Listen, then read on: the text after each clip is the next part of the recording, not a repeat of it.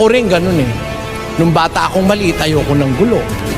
Nung ako'y tumanda, ayoko ng away. Hindi ako nakikipag-away o hindi ako nakikipag-usap sa mga umpok-umpok. Dahil yung mga pinag-uusapang kayabangan, ayoko nun eh.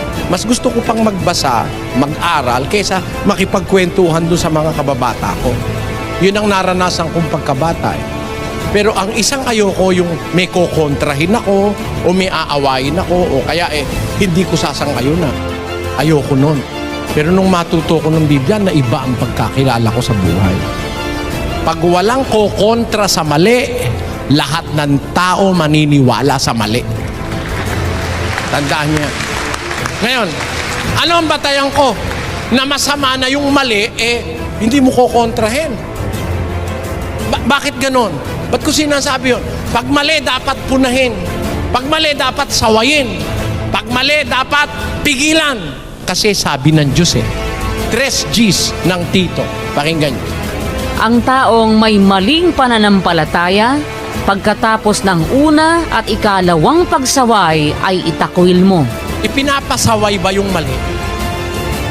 Sabi nga ng Diyos, pag mali ang pananampalataya ng tao, sinaway mo ng una, sinaway mo ng ikalawa, itakwil mo na. Biyaan mo na siya. Ayaw niya ng tama, gusto niya mali. Pero ipinapasaway ng Diyos. Sawayin mo. Paano sasawayin? 1:13 ng Tito. Ang patotoong ito ay tunay. Dahil dito'y sawayin mong maikabagsikan sila upang magpakagaling sa pananampalataya. Ano? Ito ba haka-haka ko, kapatid? Gusto ng Diyos ito eh. Pag mali ang pananampalataya, sawayin mong may kabagsikan sila. Siguro nung sabihin ng Diyos yan, hindi naman niya sinabi yan, sawayin mo, may kabagsikan sila. Ganun ba nun sabihin ng Diyos yun? Hindi naman ganun eh.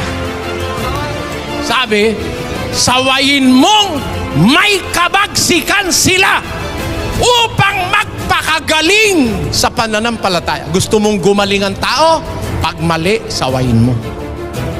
Ngayon, kung gusto niyang pasaway o ayaw niyang pasaway, bahala siya. Meron talagang pasaway.